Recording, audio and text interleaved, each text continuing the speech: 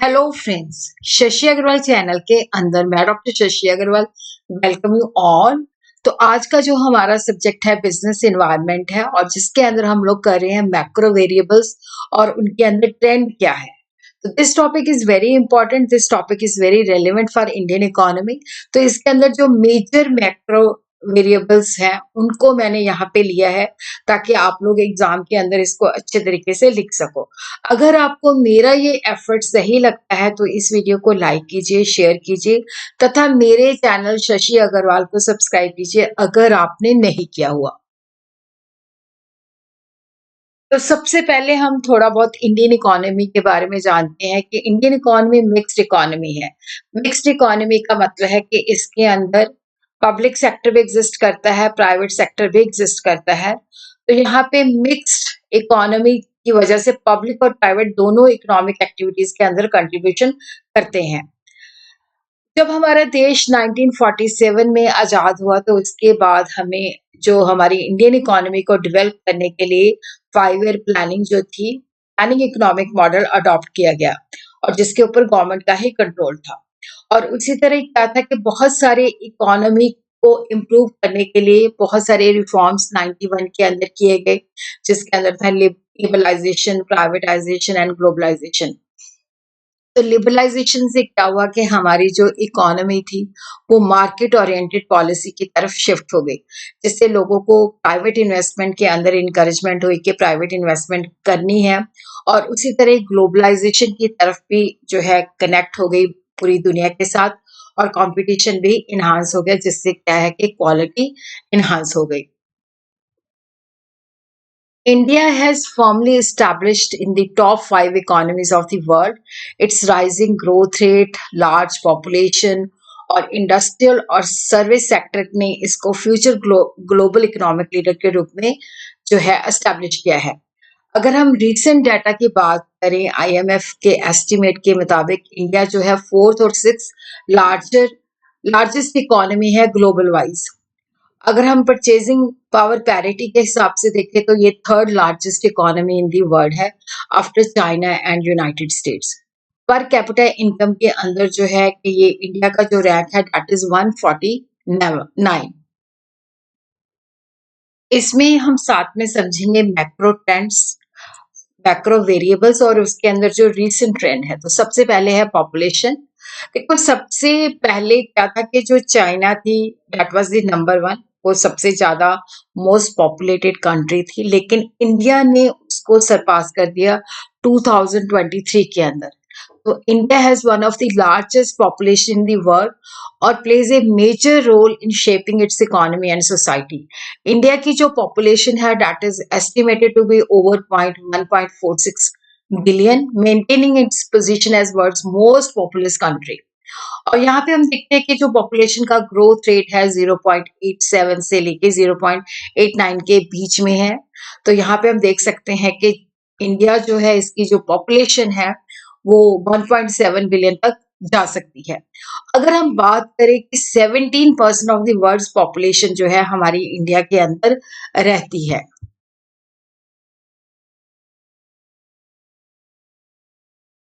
तो यहाँ पे हमारे पास कुछ डाटा है, जैसे इंडिया की पॉपुलेशन है 1.47 बिलियन, चाइना की है 1.41 बिलियन, यूएसए की है 349 मिलियन, इंडोनेशिया की 288 million, Pakistan 259, Nigeria 242, Brazil 214, Bangladesh 178 million, Russia 143 million, Mexico 130 million.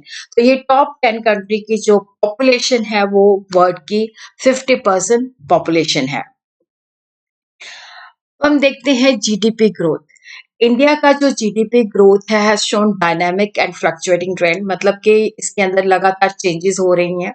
जो भी इकोनॉमिक रिफॉर्म्स होते हैं या ग्लोबल कंडीशंस होती हैं या डोमेस्टिक पॉलिसीज होती हैं वो जीडीपी ग्रोथ को इफेक्ट करती हैं। तो यहाँ पे हम देखते हैं कि इंडिया की 2000 से जो ग्रोथ रेट रहा है दैट इज बिटवीन 6 to 7%। तो यहाँ पे हमारे पास डाटा है 2015 में इट वाज 8, 16 में 8.3, 17 में कम हो गया 6.8, 2018 के अंदर 6.5, 19 के अंदर 3.9, ये कोविड का इम्पैक्ट था। 20 के अंदर ये माइनस था 5.8, और उसके बाद 2021 में इसने पिकअप किया 9.7, 22 के अंदर 7, 23 के अंदर 8.2, 24 के अंदर 7.3, 25 के अंदर 6.5 to 7, और 2026 के अंदर ये एस्टिमेटेड है 7.5। तो यहाँ पे आप इम्पोर्टेंट डाटा जो है, क्योंकि सारा डाटा याद नहीं हो सकता, तो आप बीच में जो है इम्पोर्टेंट डाटा जो है दे सकते हैं। तो इंडिया की जो ग्रोथ रेट है 6 to 7 है, ग्लोबल एवरेज 2.6 है, डेवलप कंट्री का 1 to 2 है। डेवलपिंग इकोनॉमी की जो ग्रोथ है वो 3.6 है, इनकमिंग है ड्यू टू ग्लोबल अनसर्टेनिटी। तो यहाँ पे हम देख रहे हैं कि इंडिया की जो ग्रोथ हो रही है ज्यादा इकोनॉमी से बेटर हो रही है। चाइना की भी जो ग्रोथ है 4 और 5 के बीच में है, और यूएसए की 2026 के अंदर जो ग्रोथ थी 2.2 है, स्टेबल है बट मॉडरेट ग्रोथ है। तो यहाँ पे हम देखते हैं growth rate of GDP at factor cost by industry of region. तो सबसे पहले we will understand what is GDP at factor cost, measure the total value of goods and services produced in economy. तो यहाँ पे हम इसको, जैसे हम फैक्टर्स को जो पेमेंट देते हैं, जो फैक्टर्स की इनकम होती है, wages to the labour, rent to the land, interest to the capital and profit to the entrepreneurship, और जिसके अंदर क्या होता है कि हम सब्सिडीज को इंक्लूड करते हैं बट इनडायरेक्ट टैक्सेस को हम एक्सक्लूड करते हैं।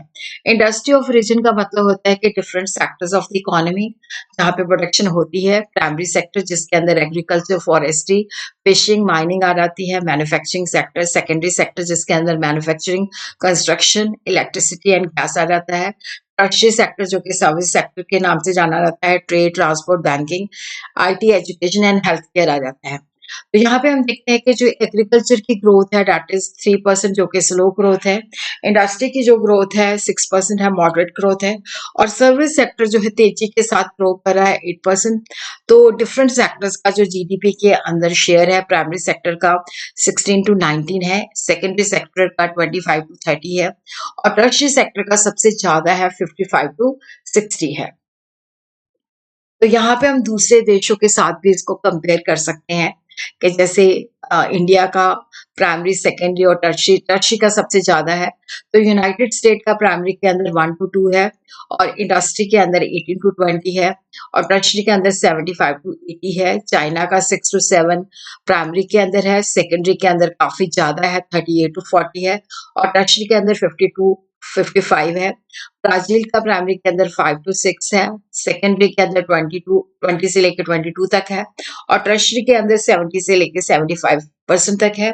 जापानीज का प्राइमरी के अंदर 1 to 2 है, और सेकेंडरी का 27 से लेकर 29 तक, और टर्शियरी का जो है 70 से लेकर 72 तक। अब हम देखते हैं पर कैपिटा जीडीपी। अगर हम 2026 की बात करें तो यहाँ पे जो जीडीपी मैं आपको बता रही हूँ नॉमिनल करंट प्राइसेस पे है। Nominal GDP per capita is approximately जो है $2810 से लेके $2813। तो यहाँ पे हमारा जो ग्लोबली रैंक है वो 150th है, और इंडिया जो है 6th लार्जेस्ट इकोनॉमी है बाय टोटल जीडीपी, बट इसकी पॉपुलेशन बहुत ज्यादा है, तो जिसकी वजह से क्या है कि पर कैपिटा इनकम जो है लो हो जाती है। और परचेजिंग पावर पैरिटी के हिसाब से इसकी जो यूएस डॉलर जो पर कैपिटा इनकम है दैट इज $12964 है। तो अब हम इसको दूसरे देशों के साथ जो है कंपेयर करते हैं। जैसे मोनाको की है $2,50,000 प्लस है, लक्समबर्ग की $1,40,000 है। तो यहाँ पे हम देखते हैं कि इंडिया की जो है चाइना की $13,000 है, ब्राजील की $10,000 है, इंडिया की $2800 है, पाकिस्तान की $1500 है, और हमारा देखो जो बांग्लादेश से है सिर्फ $100 ही ज्यादा है, तो उसकी $2700 है। और उसी तरह अगर हम परचेजिंग पावर पैरिटी के हिसाब से देखते हैं तो यूएसए की है $90,000, चाइना की $27,000, इंडिया की $12,000, पाकिस्तान की $6,000, और बांग्लादेश की $8,000। अब हम देखते हैं डेमोग्राफिक फीचर के, जो इंडिया की पॉपुलेशन है उसके फीचर्स क्या है। तो इंडिया जो है that is the most populous country, 1.4 billion है।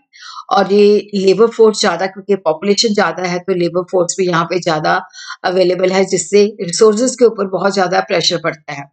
और जो 65% पॉपुलेशन है that is in the working age group 15 to 64 years, median age जो है 28 ईयर्स है। तो यहाँ पे डेमोग्राफिक डिवाइड पैदा हो जाता है कि इकोनॉमिक ग्रोथ के लिए पोटेंशियल है अगर जॉब्स क्रिएट की जाती हैं।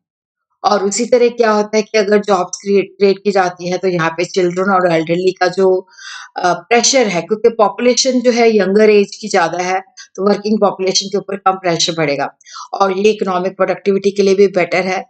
एजिंग पॉपुलेशन जो है स्लोली स्लोली जो है इंक्रीज कर रही है। बर्थ रेट जो है ये 40 से 17 हो गया है। डेथ रेट जो है ये 51 से प्रेजेंट है। और डेथ रेट भी जो है 25 से 7 पर 1000 हो गया है। और जेंडर रेशियो जो है 1020 फीमेल पर 1000, ये हल्का सा पहले से इम्प्रूव हुआ है, लेकिन अभी भी कुछ स्टेट्स के अंदर फीमेल का एज कम्पेयर टू मेल कम है। इंक्रीजिंग रूरल से अर्बन एरिया में माइग्रेशन हो रही है। अर्बन पॉपुलेशन 35% है, अभी भी 65% जो है रूरल एरियाज में रहते हैं। और ज़्यादातर लोग जो है एग्रीकल्चर के अंदर इंगेज्ड हैं। लिटरेसी रेट जो है 77 से 80% है। और राइजिंग एजुकेशन लेवल से क्या है कि ह्यूमन कैपिटल की डेवलपमेंट होने के चांसेस ज़्यादा है। अगर हम इंडिया की बात करें तो इंडिया के अंदर क्या है, मल्टीलिंगुअल, बहुत सारी लैंग्वेजेस बोली जाती हैं और बहुत सारे रिलीजन है और बहुत सारी कल्चर जो है फॉलो किए जाते हैं। और उसी वजह से जो लाइफ एक्सपेक्टेंसी है वो 70 ईयर्स है, जो बताती है कि हमारी हेल्थ केयर और लिविंग स्टैंडर्ड के अंदर बेटरमेंट हुई है। Poverty, poverty refers to the condition जिसके अंदर जो लोग हैं, जो इंडिया के लोग हैं, अपनी जो बेसिक मिनिमम नीड्स होती है उसको सेटिस्फाई नहीं कर सकते, जैसे रोटी, कपड़ा और मकान, food, clothing, shelter, education and health care, क्योंकि सफिशिएंट इनकम नहीं होती। तो पॉवर्टी एस्टिमेशन इंडिया के अंदर जो है नीति आयोग के द्वारा किया जाता है। तो इंडिया ने पॉवर्टी जो है काफी हद तक रिड्यूस हो रही है। तो ये लेस देन 3% बाय 2019। तो इसको बेसिकली ये भी कहता है कि ये जो है 2023-24 के अंदर ये जो है मतलब 4.2 से लेके 4.5% तक नीचे गिरेगी। मल्टी डायमेंशनल जो पॉवर्टी इंडेक्स है अकॉर्डिंग टू नीति आयोग, उन्होंने कहा है कि हमारी जो पॉपुलेशन है हाफ हो गई है, 55.1 टू 11.3% इन 2022-23, मतलब काफी ज्यादा हाफ मतलब रिड्यूस हो गई है। बिहार, झारखंड और उत्तर प्रदेश के अंदर हाईएस्ट पॉवर्टी रेट है। केरला के अंदर सबसे कम है 0.71 और रूरल जो है 25.7 है, अर्बन जो है 13.7 है।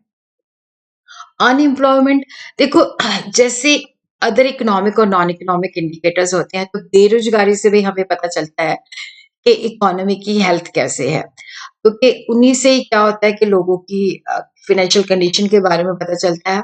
तो अनएम्प्लॉयमेंट वो सिचुएशन होती है कि जब लोग जो है एम्प्लॉयमेंट को सर्च करते हैं बट उनको जॉब नहीं मिलती। इंडिया का जो ओवरऑल अनएम्प्लॉयमेंट, तो इंडिया का जो बेसिकली अनएम्प्लॉयमेंट रेट है ये काफी नीचे गिरा है, 3.1 हो रहा है। लेबर मार्केट भी जो है मतलब उसके अंदर भी एम्प्लॉयमेंट रेट इंक्रीज हो रहा है, तो यहाँ पे सैलरीड क्लास की तरफ ज्यादा इंक्रीज हो रही है। और उसी तरह फीमेल जो है वो भी वर्कफोर्स के अंदर आ रही हैं और रूरल अनएम्प्लॉयमेंट भी खत्म हो रही है।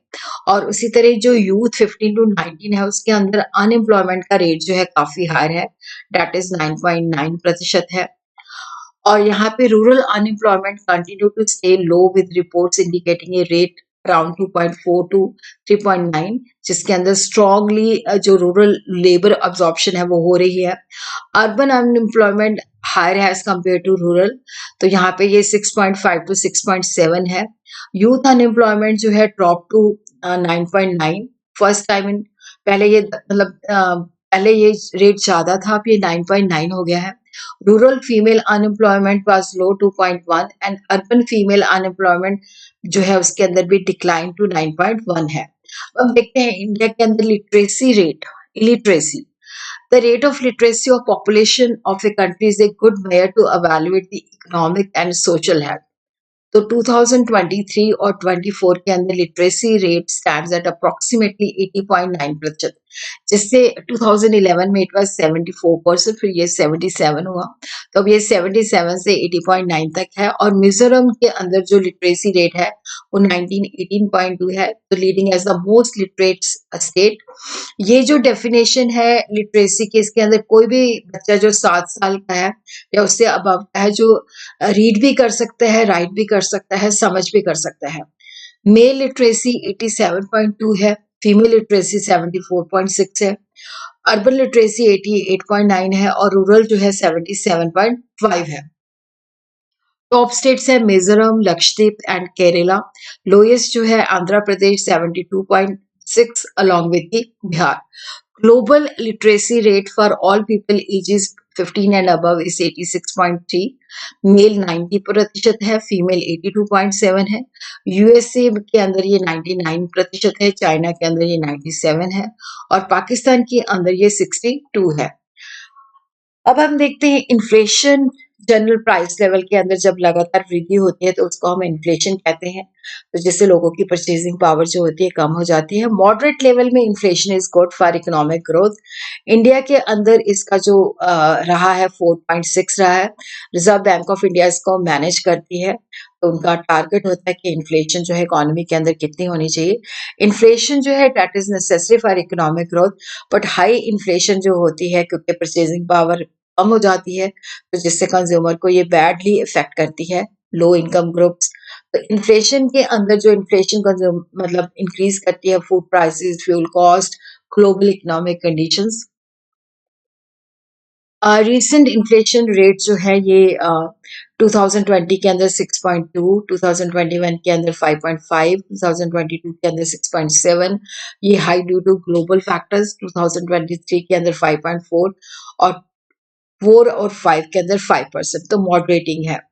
तो यहाँ पे हम देखते हैं कि जो इंडिया के अंदर इन्फ्लेशन रेट 5% है, यूनाइटेड स्टेट्स के अंदर 3.4 है, ये अप्रोक्सीमेट है। जर्मन के अंदर ये 3 है, पाकिस्तान के अंदर 20% और अर्जेंटीना के अंदर ये 100%। Gross domestic saving and investment. देखो, सेविंग का मतलब होता है इनकम का वो हिस्सा जो हम कंजम्पशन के ऊपर स्पेंड नहीं करते। इन्वेस्टमेंट का मतलब होता है जो सेविंग को हम प्रोडक्टिवली जो है एसेट के अंदर कन्वर्ट कर देते हैं। मशीनरी होगा, इंफ्रास्ट्रक्चर होगा, बिजनेस। तो इकोनॉमी के अंदर अगर हायर सेविंग होती है तो वो इन्वेस्टमेंट के लिए फंड प्रोवाइड करती है, जिससे इकोनॉमिक ग्रोथ और डेवलपमेंट होती है। Gross domestic saving refer to the total saving generated within the economy before deducting depreciation, the part of national income that is not consumed. Gross domestic capital formation refer to the total expenditure on creating new asset, machinery, building, infrastructure and inventory before deducting depreciation. तो यहाँ पे हम देखते हैं कि saving 2001 के अंदर 23 थी और इन्वेस्टमेंट जो है 24। तो यहाँ पे हम देखते हैं कि ये इंडियन इकोनॉमी के जो लोग सेव करते हैं 23 और जो 24 इन्वेस्टमेंट ज्यादा है, तो वो फॉरेन इन्वेस्टमेंट भी जो आ जाती है उसकी वजह से। तो 2007 और 8 के अंदर पीक 36 से लेके 37 और इन्वेस्टमेंट 38 टू 39, 11 एंड 12 के अंदर 34 और इन्वेस्टमेंट 35, 19 के अंदर 30 और इन्वेस्टमेंट 32, 23 के अंदर ये 30 और इन्वेस्टमेंट 33%। अब हम बात करते हैं fiscal deficit refer to the excess of total government expenditure over its total receipt excluding borrowing. तो फिस्कल डेफिसिट से हमें पता चलता है कि गवर्नमेंट को कितना उधार लेना है। तो फिस्कल डेफिसिट टारगेट जो बेसिकली साल के बजट में था कि वो जीडीपी का 4.3 होना चाहिए, तो 25-26 के अंदर जो रिवाइज एस्टिमेट थे वो 4.4 थे। अप्रोक्सीमेटली अमाउंट जो फिस्कल डेफिसिट का है दैट इज 16.9 लाख करोड़। तो यहाँ पे हम देखते हैं कि जैसे 2018 और 19 के अंदर ये 3.4 था, 19 और 20 के अंदर 4.6, 21 के अंदर ये ड्यू टू कोविड इम्पैक्ट 9.2 था, 22 के अंदर 5.9 और 23 के अंदर ये 5.1 था। ह्यूमन डेवलपमेंट इंडेक्स, तो यहाँ पे हम देखते हैं United Nation Development Programme develop the human development index to measure the overall development of a country. Economic growth नहीं कि क्वालिटी ऑफ लाइफ भी इम्प्रूव हुआ है कि नहीं हुआ है। तो ये ह्यूमन वेलबींग के ऊपर ज्यादा बेटर करता है, मतलब ज्यादा रिलेट करता है। तो ये 3 डायमेंशन है, जैसे इसके अंदर हेल्थ है, जो लाइफ एक्सपेक्टेंसी और बर्थ से मेजर की जाती है। Education, mean year of schooling, expected years of schooling, standard of living measured by gross national income per capita on purchasing power parity. तो यहाँ पे हम देखते हैं कि जो इंडिया का है 0.6444 है, तो मीडियम है। रैंक जो है हमारा 134 आउट ऑफ 193 कंट्रीज है। यूएसए का हम देखते हैं बहुत ही हाई है, 0.927 है। चाइना का 0.788 है, हाईएस्ट है। पाकिस्तान का लो है, 0.4540 है। बांग्लादेश का मीडियम है 0.661।